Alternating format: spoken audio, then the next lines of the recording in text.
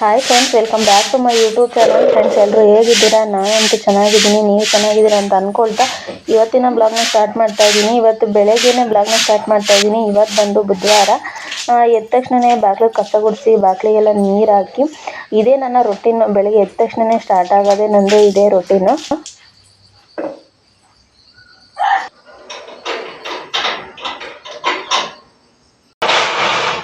ಎದ್ದು ಬಾಗಿಲಿಗೆಲ್ಲ ನೀರು ಹಾಕಿ ನೆಕ್ಸ್ಟು ಈ ಕಡೆ ಡೋರ್ನ ಓಪನ್ ಮಾಡಿ ಗಿಡದಲ್ಲಿ ಹೂವು ಏನಾದ್ರು ಅರಳಿದ್ರೆ ನೋಡ್ತೀನಿ. ನನಗೆ ಜಾಸ್ತಿ ಇದು ವಾರದ ದಿನೆಲ್ಲ ಇಲ್ಲಿ ಹೂವು ಅರಳಿರಲ್ಲ.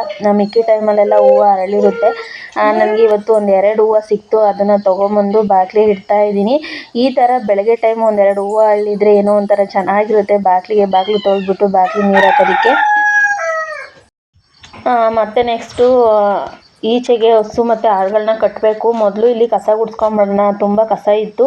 ಮತ್ತು ತೊಗರಿ ಗಿಡ ಅಡಿಗೆನೇ ಕಟ್ ಮಾಡಿ ಹಾಕಿರೋದ್ರಿಂದ ಕಡ್ಡಿಗಳೆಲ್ಲ ಬಿದ್ದಿದ್ದು ಅವನ್ನೆಲ್ಲ ಆಯ್ತಾ ಇದ್ದೆ.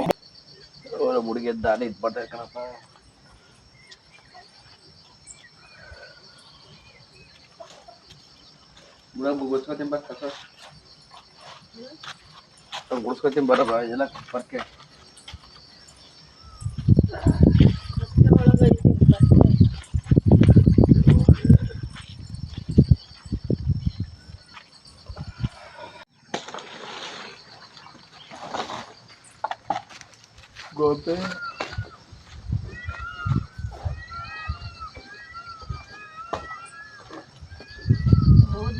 ವಾಡ್ ಹುಲ್ ತಿಂದೇವ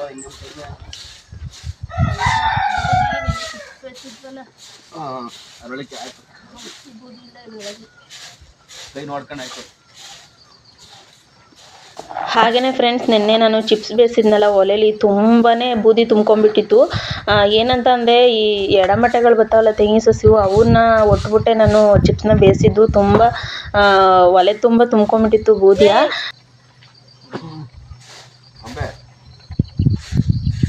ಅದೇ ಆಟ ಆಡ್ತಾಳೆ ಬರ್ಕೋಬೇಕಾ ಆಲಿಸ್ಕೊಂಬೋಗ ಮಾಡ್ತೀವಿ.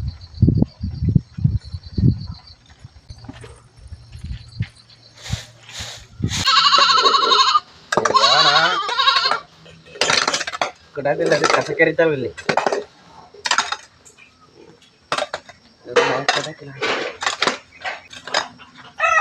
ನೋಡಿ ಫ್ರೆಂಡ್ಸ್, ಮನೇಲಿ ಒಂದೆರಡು ಹಸು ಮತ್ತು ಆಡುಗಳಿರೋದ್ರಿಂದ ನಮಗೆ ತೋಟಕ್ಕೆ ಕಸ ಆಗುತ್ತೆ. ನಾವೇನು ಸಾಕೊಳ್ಳದಲ್ಲೇ ಮನೇಲಿ ಹಾಗೇ ಇದ್ದಿದ್ರೆ ಕಸಗಳು ಇವಾಗ ಈಗ ಇದು ಏನಪ್ಪ ಗೊಬ್ಬರನ ಕೊಂಡ್ಕೊಂಬರೋದಕ್ಕೆ ಆಗಲ್ಲ.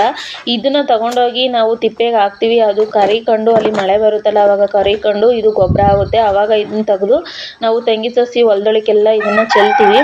ನೋಡಿ, ಅದಕ್ಕೇ ಮನೇಲಿ ಒಂದಾದರೂ ಹಸು ಇರಬೇಕು, ಆಡು ಕುರಿಗಳು ಇರಬೇಕು. ಇಲ್ಲಾಂದರೆ ನಾವು ಗೊಬ್ಬರಗಳ ರೇಟು ತುಂಬಾ ಆಗೈತೆ. ಇವಾಗ 4,500 ರೂಪಾಯಿ ಒಂದು ಲೋಡ್ ಗೊಬ್ಬರ ನಮ್ಮ ಕಡೆ ಬಂದು 4,500 ರೂಪಾಯಿ ಆಗೈತೆ.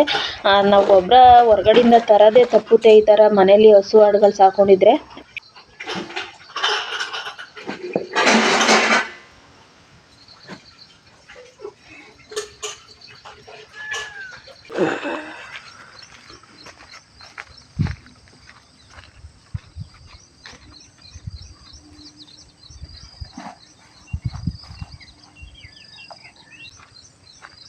ಬೆಳಿಗ್ಗೆ ಎದ್ದು ಎಲ್ಲ ಜಿಮ್ಮು ಎಕ್ಸಸೈಜು ಅಂತ ಹೋದ್ರೆ ನಮ್ಗೆ ಇದೇ ಎಕ್ಸಸೈಜು, ಇದೇ ಜಿಮ್ಮು.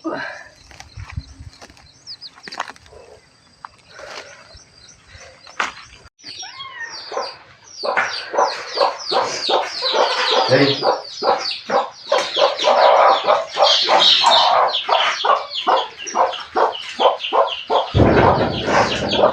ಚೂರ್ ಲೇಟ್ ಆಡ್ಸಾಗ ಎಲ್ಲ ಗಂಡ ಒಯ್ಕೊಂಡು ಇದು ಮಾಡ್ತಾರೆ ನಮ್ ನೋಡಿ.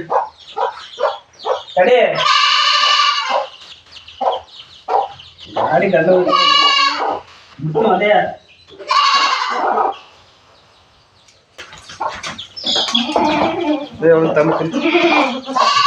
ಗಾಡಿ ಗಂಡ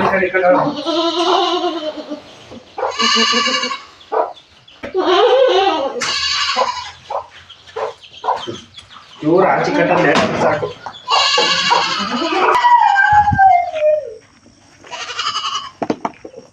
ಬಾಯ್ಲೆ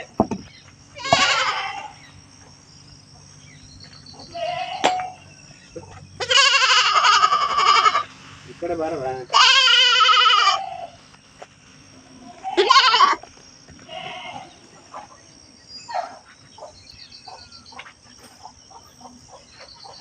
ಏಯ್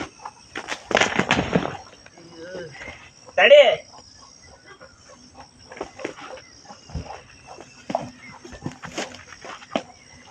ತಡಿವ ಆಯ್ತು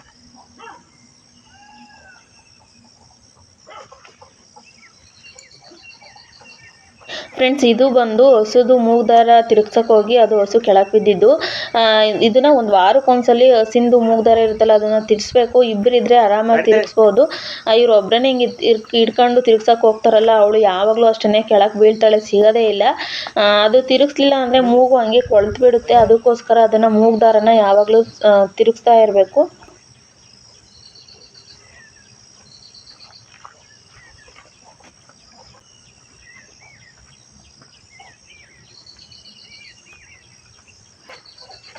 ಏನು ಗೊತ್ತಾ, ಒಂದು ಸ್ವಲ್ಪ ಮೂಗ್ ದಾರವ ಕೊರಿತದೆ ಅಂದ್ಬಿಟ್ಟು ತಿರ್ಸಕ್ಕೆ ಹೋದ್ರೆ ಮೂಗ್ ದಾರ ಫುಲ್ ಅಂಜುತ್ತೆ ನೋಡಿ, ಹೆಂಗೆ ಬಿದ್ಬಿಡ್ತು. ಇದಾದ್ರೆ ಗಬ್ದಾರ್ ಪಬ್ದಾರ್ ಬಿದ್ಬಿಟ್ರೆ ಕತೆ ಅಷ್ಟೇ. ಮೂಗ್ ದಾರ ಕೊರಿತದೆ, ಆಗಾಗ ಒಂದು ಸ್ವಲ್ಪ ತಿರ್ಸ್ತಾ ಇರಬೇಕು. ಇವಂತೂ ಆಡುಗಳು ಇದನ್ನು ದೊಡ್ಡ ಆಡು ಇದೆಯಲ್ಲ, ಅದು ಹೆಣ್ಮರಿನ, ಅದನ್ನ ಒಳಗಡೆಯಿಂದನೇ ಇಟ್ಕೊಂಬರ್ಬೇಕು. ಅದನ್ನು ಬಿಟ್ಟಂದರೆ ಅದು ಕೈಗೆ ಸಿಗಲ್ಲ ಫ್ರೆಂಡ್ಸ್, ಆಟ ಆಡಿಸುತ್ತೆ. ನಾನಂತೂ ಅದನ್ನು ಬಿಟ್ಬಿಟ್ರೆ ಮನೆ ಸುತ್ತ ಒಂದು 3 ರೌಂಡ್ ಬರುತ್ತೆ, ಕೈಗೆ ಸಿಗಲ್ಲ, ಅಷ್ಟು ಆಟ ಮಾಡುತ್ತದು.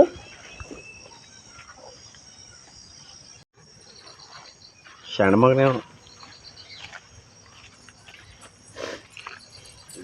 ಹಿಂಗಂಟು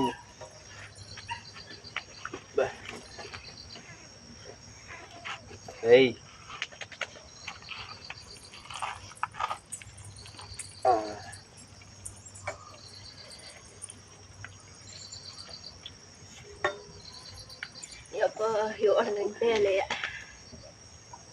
ಎದ್ದೇವು ಸ್ವಲ್ಪ ಕಟ್ ಕಸ ಕೆರೆಸೋಳಿಗೆ ಟೈಮ್ ಆಗೋದು ಅದಕ್ಕೆ.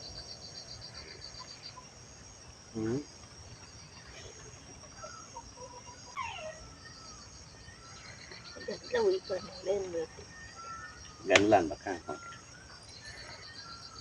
ಅವಾಗಂದ್ರೆ ಹಳೆ ಹುಲ್ಲು ಇತ್ತಲ್ಲ, ಅಡಿಗೆ ಆಗ್ತಿದ್ವಲ್ಲ,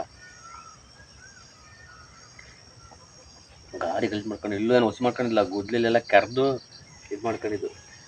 ಮತ್ತು ನಮ್ಮ ಲವ್ ಸ್ಟೋರಿ ಬಗ್ಗೆ ಹೇಳಿ ಅಂತ ಬೇರೆ ಕಾಮೆಂಟ್ ಬಂದಿದ್ದು. ನಮ್ಮದು ಲವ್ ಮ್ಯಾರೇಜ್ ಅರೇಂಜ್ ಮ್ಯಾರೇಜ್? 5 ವರ್ಷ ಲವ್ ಮಾಡಿ ಮದುವೆ ಆಗಿರೋದು. ನಿಮ್ಮ ಲವ್ ಸ್ಟೋರಿ ಬಗ್ಗೆ ಹೇಳಿ ಸಿಸ್ಟರ್ ಅಂತ ಒಂದೆರಡು ಕಾಮೆಂಟ್ ಬಂದಿದ್ದು. ನಮ್ಮದು ಲವ್ ಮ್ಯಾರೇಜ್ ಅರೇಂಜ್ ಮ್ಯಾರೇಜ್?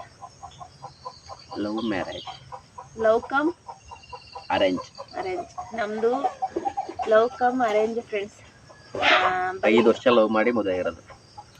5 ವರ್ಷ ಎಲ್ಲೂ ಗಂಡು ಸಿಗಲ್ಲ ಅಂತ ಅಂದ್ಬಿಟ್ಟು ನಾನು ನನ್ನ ಗಂಡನೇ ಕಾಯ್ಕೊಂಡಿದ್ದು ಮದುವೆ ಆಗಿದ್ದು ಅಲ್ವಾ. ಆಮೇಲೆ ಯಾರಿಲ್ಲ ಅಂದರೆ ನಮ್ಮ ಮದುವೆ ಆಯ್ತಾ ಇರಲಿಲ್ಲ. ಯಾರಿಲ್ಲ ಅಂದರೆ ನಮ್ಮಿಬ್ರು ಮುಟ್ಟು ಯಾರಿಲ್ಲ ಅಂದರೆ ಮದುವೆ ಆಯ್ತಿರ್ಲಿಲ್ಲ. ಜಯವ ಮತ್ತೆ ಜಯವ ಅಂದ್ರೆ ಯಾರು? ಇವ್ರ ಅತ್ತೆ ಪಾಪ ಮದುವೆ ಭಾಳ ನಮ್ಮತ್ತೆ ಅಂತ ಅಂದ್ರು. ನಮ್ಮತ್ತೆ ಭಾಳ ಸಪೋರ್ಟ್ ಮಾಡಿತ್ತು ಮಾತ್ರ. ನಮ್ಮ ಮಾವಂಗೆ ಎಷ್ಟೇ ಇರಲಿಲ್ಲ ಕೊಡೋಕ್ಕೆ. ನಮ್ಮ ಮನೆಯಲ್ಲಿ ಇವ್ರ ಫ್ಯಾಮಿಲಿಲಿ ನಮ್ಮ ಮನೆಯಲ್ಲಿ ಅಂದರೆ ನಮ್ಮ ಅಮ್ಮಂಗೆ ಮಾತ್ರ ಸಖತ್ ಆಸೆ ಇತ್ತು ಹುಡುಗ ಚೆನ್ನಾಗವನೆ ಅಂತ ಅಂದ್ಬಿಟ್ಟು. ಇನ್ನು ನಮ್ಮ ಅಮ್ಮನ್ನ ಬಿಟ್ಟರೆ ಇನ್ನು ಯಾರಿಗೂ ಇಷ್ಟ ಇರಲಿಲ್ಲ ನಮ್ಮ ಮದುವೆ. ನಮ್ಮ ಮಾವಂಗೆ ಇಷ್ಟ ಇರಲಿಲ್ಲ, ಕೊಡೋಂಗಿತ್ತಿಲ್ಲ ಅಂತ. ನಾನು ಹೋದಾಗೆಲ್ಲ ಅಷ್ಟು ಚೆನ್ನಾಗಿ ನೋಡ್ಕೊಳ್ಳಿದೆ, ಎಲ್ಲ ತಂದು ಕೊಡಿದೆ. ಏನೋ ದಬಾಗ್ತಿರ್ಲಿಲ್ಲ ಫ್ರೆಂಡ್ಸ್. ಇವ್ರು ಇದ್ದಿದ್ದು ಕೇರಳದಲ್ಲಿ ಬರ್ತಿದ್ದಿದ್ದೆ. ಹೇಳ್ತಾರೆ ನಮ್ಮ ಅಪ್ಪಗೆ ಕೊಡ್ತಿದ್ದೆ, ನೀನು ಎಣ್ಣೆ ತಗೊಡುವೆ ಮುಚ್ಚು. ಬರ್ತಿದ್ದಿದ್ದೆ ಕುಡಿದ್ಬಿಟ್ಟು ಓವರು, ಸುಳ್ಳು ಹೇಳಕ್ ಹೋಗ್ಬೇಡ. 6 ತಿಂಗಳಿಗೆ 7 ತಿಂಗಳಿಗೆ ಇವ್ರು ಕೇರಳದಿಂದ ಬರ್ತಿದ್ದು. ನಾನು ಇವ್ರ ಮಕ್ಕ ನೋಡ್ತಿದ್ದೆ ಅವಾಗಲೇ. ಕೇರಳದಲ್ಲಿ ಇದ್ದಲ್ಲ, ಅವಾಗ ಒಂದು ಮೊಬೈಲ್ ಇತ್ತು, ನನ್ನ ಹತ್ರ ಫೋನು ಇರಲಿಲ್ಲ. ನಾನು ಹಾಸ್ಟೆಲಲ್ಲಿ ಇದ್ದೆ. ಕಾಯಿನ್ ಬಾಕ್ಸು ವಾರಕ್ಕೆ 3 ಕಾಯಿನ್ ಕೊಡೋರು. ಅದರಲ್ಲಿ ನಮ್ಮನೆಗೆ 2, ಇವ್ರಿಗೊಂದು 3 ಕಾಯಿನಲ್ಲಿ ಫೋನ್ ಮಾಡಿ ವಾರದಲ್ಲಿ ಒಂದೇ ಸಲ ಫೋನ್ ಮಾಡ್ತಿದ್ದಿದ್ದು. ಅದು ಒಂದು 1100 ಸತ್ತಿತ್ತಲ್ಲ ಆಗ ಫಸ್ಟ್. ಅವು ಸ್ಟಾರ್ಟಿಂಗ್ ಅದರಲ್ಲೇ ಮಾಡಿದ್ದು. ಒಟ್ಟಿನಲ್ಲಿ ಈ ಮದುವೆಗೆ ಯಾರ ಸಪೋರ್ಟು ಇರಲಿಲ್ಲ. ನಮ್ಮ ತಾಯಿ ಸಪೋರ್ಟ್ ಒಬ್ರನ್ನ ಬಿಟ್ಟರೆ, ನಮ್ಮಮ್ಮ ಅಷ್ಟು ಇದು ಮಾಡೈತೆ ಈ ಮದುವೆ ಆಗಲೇಬೇಕಂತ ಅಂದ್ಬಿಟ್ಟು. ಅದಕ್ಕೆ ನನ್ನ ಗಂಡ ಯಾವಾಗಲೂ ಹೇಳ್ತಿರ್ತಾರೆ, ನಮ್ಮ ಜಯ್ಯವ್ವನ ತಲೆ ಕಟ್ಬಿಟ್ಟು ಹೋಗ್ಬಿಟ್ಟಲ್ಲ ಅಂತ. ನಮ್ಮಮ್ಮ ಇಲ್ಲ ಅಂದಿದ್ರೆ ನಾವು ಈ ಮದುವೆ ಆಗಕ್ಕೆ ಆಯ್ತಿರ್ಲಿಲ್ಲ. ನಮ್ಮಮ್ಮ ಸಪೋರ್ಟ್ ಮಾಡಿದ್ದಕ್ಕೆ ಮದುವೆ ಆಗಿದ್ದು. ಎಲ್ಲ ಬೇಡ ಬೇಡ ಅಂತಿದ್ರು, ಎಲ್ಲ ಬೇಡ ಅಂತಂದ್ರೆ ಇವ್ರ ಮನೇಲಂತೂ ಒಪ್ಪೇ ಇರಲಿಲ್ಲ. ಇವ್ರವ್ವ ಆಗಲಿ ಇವ್ರ ಅಪ್ಪ ಆಗಲಿ ಯಾರು ಒಪ್ಪೇ ಇರಲಿಲ್ಲ ನನ್ನ ಮದುವೆಗೆ. ಜಗಳನೇ ಆಗೋದು ಮದುವೆ ವಿಷಯಕ್ಕೆ. ಆಮೇಲೆ ಏನೇನೋ ಅಂತ ಅಂದರೆ ಅದೇ ಹೇಳ್ಬೇಕು. ಆಮೇಲೆ ಒಪ್ಸಿದ್ರು, ಇವ್ರ ಮನೇಲಿ ಇವ್ರು ಒಪ್ಸಿದ್ರು. ನಮ್ಮನೆ ನಮ್ಮ ತಾಯಿ ಒಪ್ಪಿತ್ತು. ಆಮೇಲೆ ನಮ್ಮ ತಾಯಿ ಒಪ್ಪಾದ್ಮೇಲೆ ನಮ್ಮ ತಂದೆ ಆಮೇಲೆ ಅವ್ರಾಗ ಒಪ್ಪಿದ್ರು. ಆಮೇಲೆ ಹೆಂಗೋ ಮದುವೆ ಆಯಿತು. ನಾನು ಯಾರು ಒಪ್ಪಿಲ್ಲ, ಹುಡುಗನ್ ಬಾ ಅಂತ ಕರೆದಿದ್ದೆ, ಬರಲಿಲ್ಲ ಅವಳು ಹುಳ್ಳಿ. ನಾನು ಹೋಗ್ಲಿಲ್ಲ ಫ್ರೆಂಡ್ಸ್, ಕರೆದಿದ್ದೆ ಬರಲಿಲ್ಲ. ಹೋಗು ನಮ್ಮ ಹೋಗ್ಬಿಟ್ಟು ನಾ ಬರಲ್ಲ ಅಂತ. ನಾನು ನಮ್ಮ ಅಪ್ಪ ಅಮ್ಮನ ಒಪ್ಸ್ಬಿಟ್ಟೆ ಮದುವೆ ಆಗಬೇಕು, ನಾನು ಬರಲ್ಲ ಅಂತ ಹೇಳಿದ್ದೆ. ಅವಾಗ ಹಂಗೆ ಮಾಡಿ ಎಲ್ಲರನ್ನು ಒಪ್ಸಿ ಎಲ್ಲರ ಸಮ್ಮುಖದಲ್ಲಿ ಅಚ್ಚುಕಟ್ಟಾಗಿ ಮದುವೆ ಮಾಡ್ಕೊಂಡು. ನಮ್ಮದು ಲವ್ ಸ್ಟಾರ್ಟ್ ಆಗಿದೆ ಹೆಂಗೆ ಅಂತ ಅಂದರೆ, ಇವರು ಬಂದು ನಮ್ಮ ಅಮ್ಮನ್ನ ಏನಾಗಬೇಕು ತಮ್ಮನ ಮಗ, ಸ್ವಂತ ನಮ್ಮ ಅಮ್ಮನ ತಮ್ಮನ ಮಗಂಗೆ ತಂದ್ಕೊಳಕ್ಕೂ ಯಾರೂ ಒಪ್ಪಿರಲಿಲ್ಲ. ನಮ್ಮಮ್ಮನ ಸ್ವಂತ ತಮ್ಮನ ಮಗ.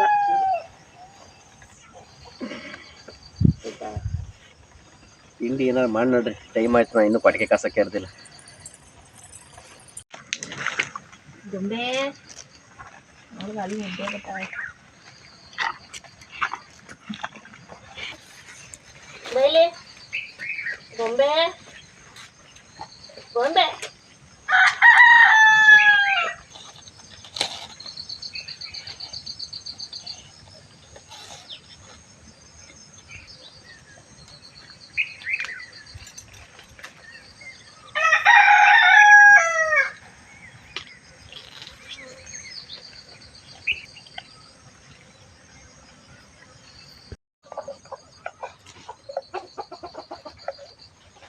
ತಟ್ಟಕ್ ಹೆಲ್ಮೆಟ್ ಕಿತ್ಕೊಂಡೆ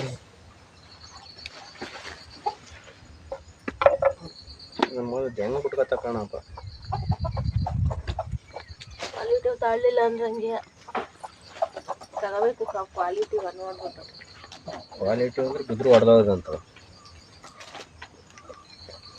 ಬಿದ್ರು ಹೊಡೆದೋಗಲ್ಲ ಅಂತ ಅಲ್ಲ, ತಗೋಬೇಕಾದ್ರೆ ಕ್ವಾಲಿಟಿ ನೋಡಿ ತಗೋಬೇಕು. ISI ಮಾರ್ಕ್ ಮಾರ್ಕ್ ಇದ್ದವು ಆ ಥರದ್ದು ತಗೋಬೇಕು. ನೀವು ಎಂತೆಂಥವು ತಗೊಂಡ್ಬಿಟ್ರೆ ಕಮ್ಮಿ ರೇಟಿಗೆ ಸಿಗ್ತವೆ ಅಂತವ. ಅವೆಲ್ಲ ಕಾಸ್ಟ್ಲಿ ಕಣೋ, ತಗೋಬೇಕಪ್ಪ. ಇದು ಚೆನ್ನಾಗೈತೆ, ಇದಾಯ್ತಷ್ಟೇ, ನನಗೆ ಬಿಟ್ಕೊಂಡೈತಷ್ಟೇ.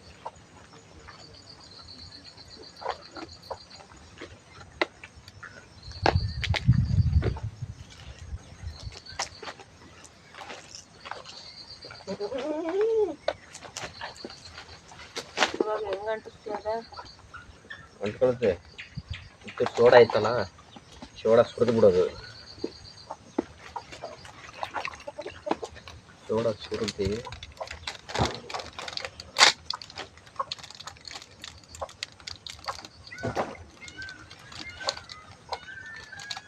ಬರೀ ಇದಾದ ಹೊರ್ಕೊಂಡಾಗಿದೆ. ಚೂರು ಸೋಡಾ ಹಾಕ್ಬಿಟ್ಟು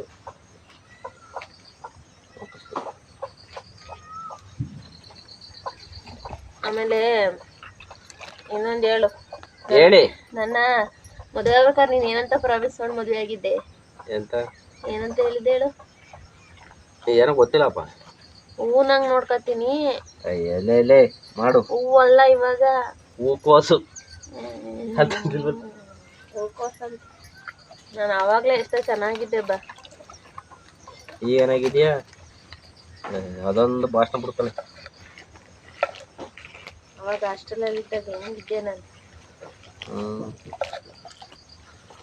ಕರ್ಕೊಂಬಂದು ಹೆಂಗೆ ಮಾಡಾಕಿದ್ಯಾ ನೋಡಿ. ಅಯ್ಯೋ ಲಾಲೆ ಅವ್ರ ಮನೇಲಿ ಯಾವುದೋ ಹುಡುಗಂಗೆ ಎಲ್ಲ ಇದಕ್ಕೆ ಗಂಡು ಬರೋಕೆ ಕೇಳಿದ್ರು ಅಲ್ಲೇ. ಏನು ಗೊತ್ತಾ ಫ್ರೆಂಡ್ಸ್, ನನ್ನ ಗಂಡ ಏನು ಗೊತ್ತಾ, ಲವ್ ಮಾಡೋರೆ ಸಿನ್ಸಿಯರಾಗಿ 5 ವರ್ಷ, ಅದು 1 ರೂಪಾಯಿ ಖರ್ಚು ಮಾಡ್ದಂಗೆ ಲವ್ ಮಾಡೋರು ನನ್ನ ಗಂಡ. ಏನು ನನಗೇನು ಕೊಡ್ಸೇ ಇರಲಿಲ್ಲ.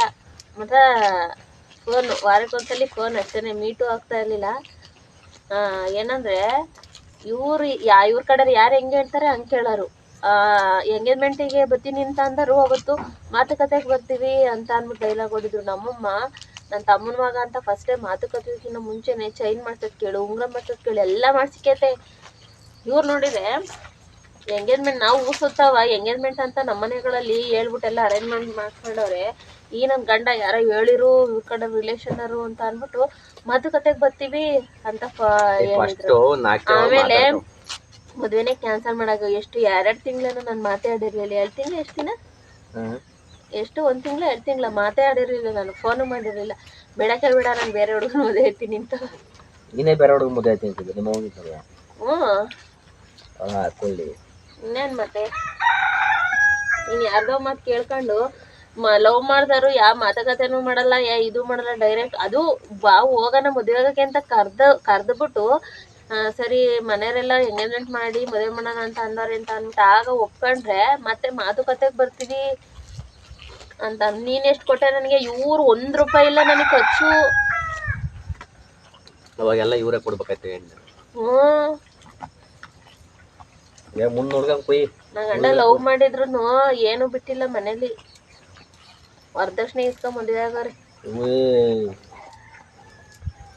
ಮತ್ತೆ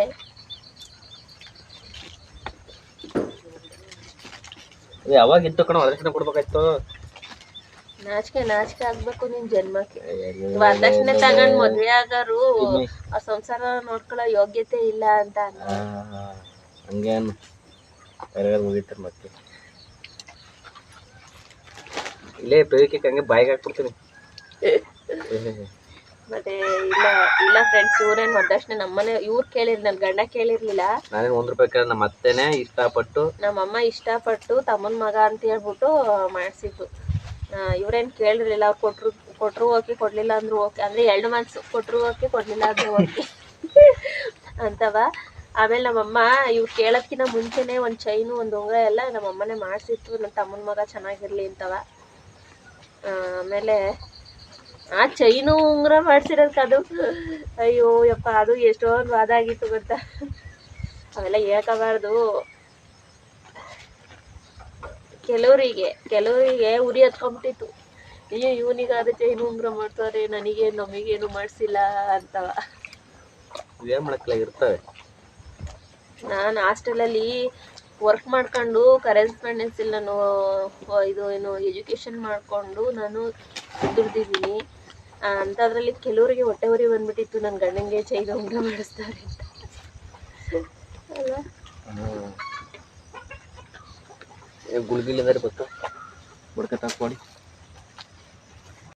ಈ ಹೂಕೋಸಿಗೆ ಅರಿಶಿನ ಪುಡಿ ಹಾಕ್ಬೇಕು. ಅದರಲ್ಲಿ ಏನಾದ್ರು ಬಿಸಿನೀರು ಕಾಸ್ಕೊಂಡು ಅರಿಶಿನ ಪುಡಿ ಹಾಕ್ಬೇಕು. ಏನಾದ್ರು ಹುಳಗಳಿದ್ರೆ ಸಾಯ್ತದೆ.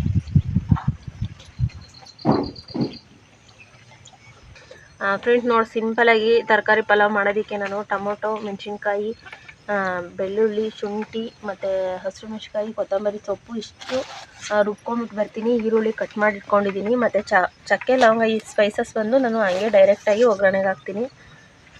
ಇವಾಗ ಇದನ್ನು ರುಬ್ಕೊಂಬಿಟ್ಟು ಬರ್ತೀನಿ.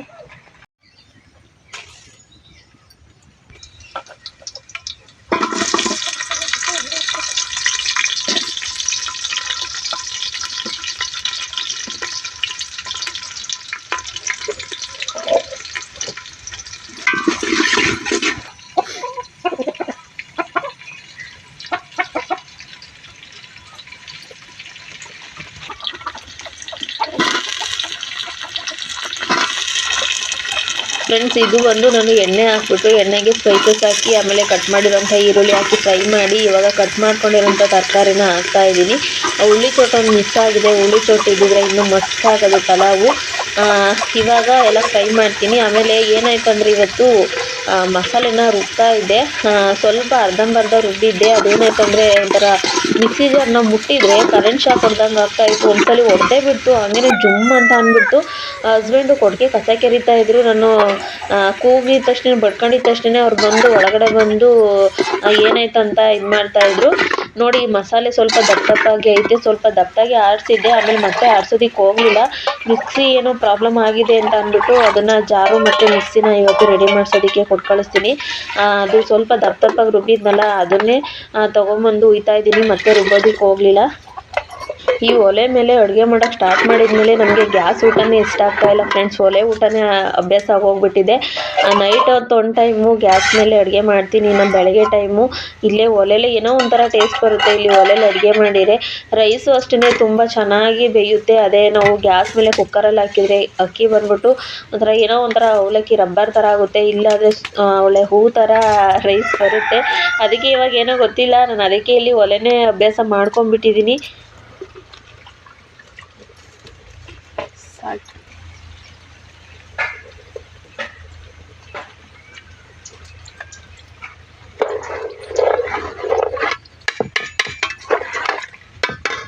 ಸಾಕು ಉಪ್ಪು.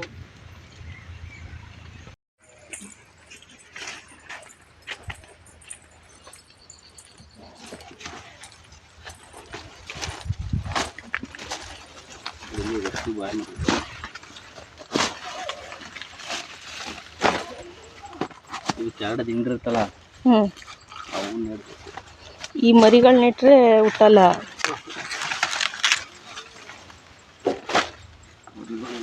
ಈ ದಾಸವಾಳ ಗಿಡ ಇಲ್ಲ ಹಾಕ್ಬಾರ್ದಾಯ್ತು. ದಾಸವಾಳ ಗಿಡನ ಇಲ್ಲಿ ನೆಡಬಾರ್ದಾಗಿತ್ತು.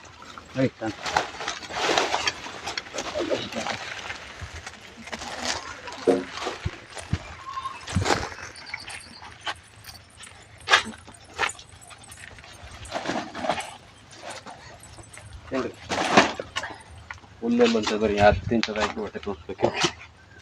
ಬರೀ ಹುಲ್ಲೆ ಒಂಚರ ಆಗಲ್ಲ.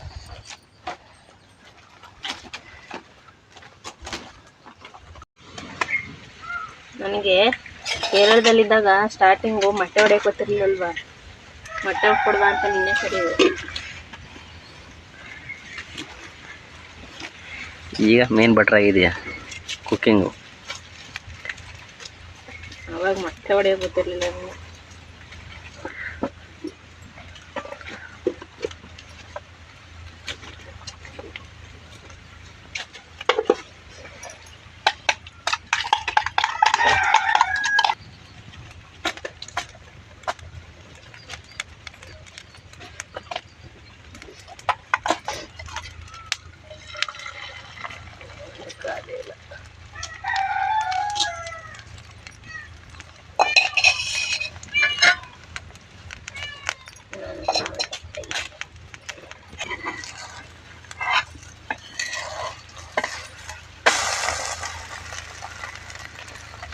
ಬಿಸಿ ಆಮ್ಲೆಟ್ ನಮ್ಮ ಗೊಂಬೆಗೆ.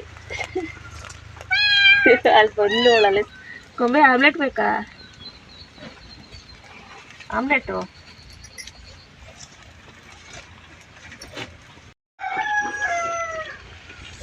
ಒಲೆ ಮೇಲೆ ಏನು ಅಡುಗೆ ಮಾಡಿದ್ರು ನೀವು ತೋಯ್ತೀರಿ.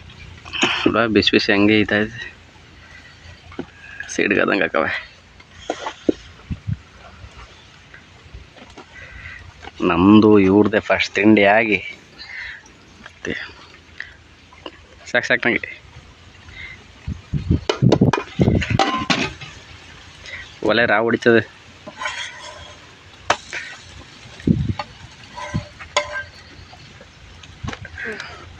ಬನ್ನಿ ಎಲ್ಲ ತಿಂಡಿ ಮಾಡೋಣ. ಹೋಗಿ ತಿಂಡಿ ಮಾಡಿ ಎಲ್ಲರೂ